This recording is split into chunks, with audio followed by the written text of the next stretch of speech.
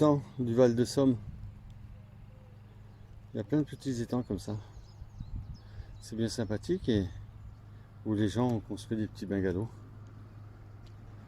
Où ils viennent passer les vacances. C'est des endroits bien sympathiques. Je suis à Chepilly. Chepilly, c'est environ à mi-chemin là du parcours de la journée d'aujourd'hui. Vous voyez? Donc là, il y a les étangs. Et là-bas, au-dessus de la route, j'ai passé le canal de la Somme. Voilà. Je me suis plus particulièrement arrêté à Chepilly devant le monument qui a été sculpté par Henri Désiré Gautier en l'honneur du 58e bataillon britannique qui délivra en 1918 cette commune qui était sur le front de la Somme et où l'on voit un soldat embrassant son cheval blessé, tout un symbole à la sortie de la guerre puisque les chevaux ont été considérés comme de véritables héros. Donc c'est une des très belles œuvres qu'il y a sur, dans la Somme, des mémoriaux de cette grande guerre. Encore quelques kilomètres. Donc là le GRP suit une route départementale, donc c'est beaucoup moins agréable que lorsque tout à l'heure j'étais dans les champs, dans les chemins.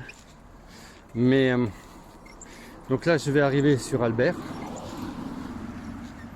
où ce soir il y a, comme hier soir, il y a une réception à Rosières-en-Santerre organisée par Jean-Marc, que je remercie. Et le petit clin d'œil, c'était que Jean-Marc a son cousin qui habite à Millau, et j'ai travaillé pendant près de 14 ans avec son cousin.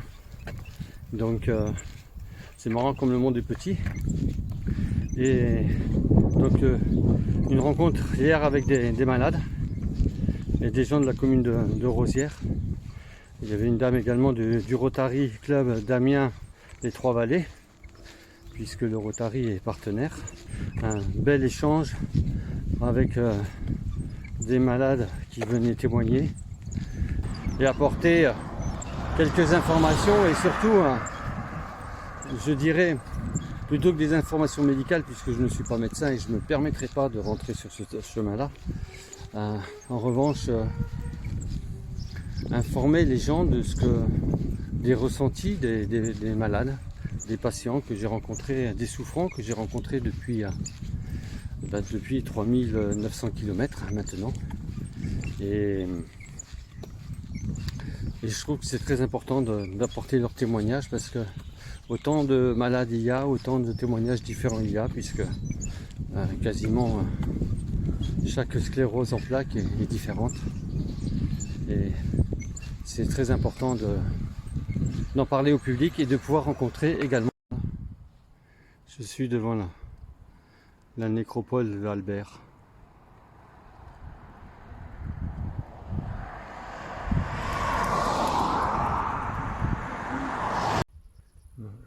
Alors, en mémoire éternelle, courage et souffrance vécu en ce lieu le 1er juillet 1916.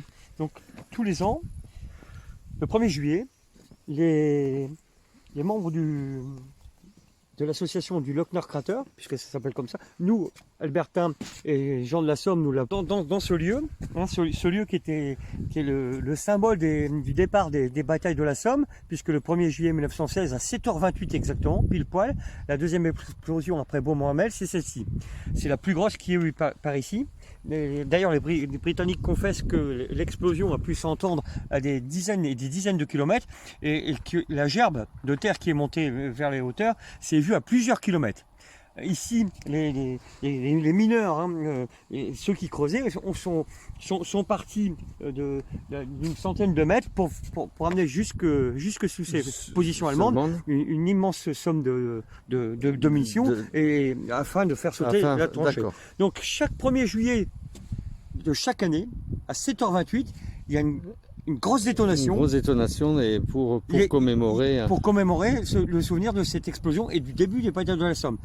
instantanément après l'explosion, des centaines de personnes sifflent dans un sifflet pour sortir des tranchées, symboliquement, puisqu'il n'y a plus de tranchées, Voilà. symboliquement, et après, la commémoration se fait ici pendant plus d'une heure et quart, et l'association du Lochner Crater, ce qu'on nous on appelle le trou de mine, Le trou. puisque gamin on venait jouer ici, que ça n'avait pas encore cette symbolique, à partir des années 70, on a commencé à prendre conscience du devoir de mémoire, et donc c'est pour ça qu'on a commencé à entretenir les sites tels que celui-ci, quoi. D'accord. Donc chaque 1er juillet, peu importe d'où vous venez en France, d'étrangers d'ailleurs, chaque 1er juillet, vous pouvez venir ici, il y a une commémoration.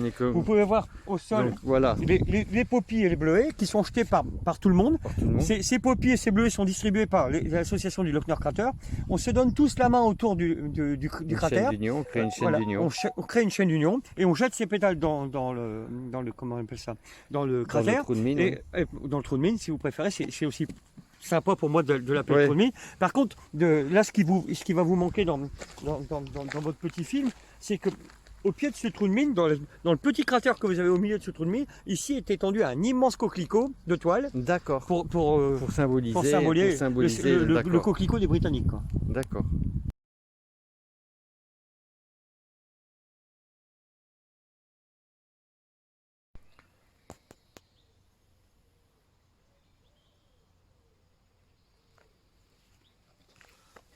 Alors ici, toutes les processions commencent ici, hein, Ouais. et elles vont jusque là-bas.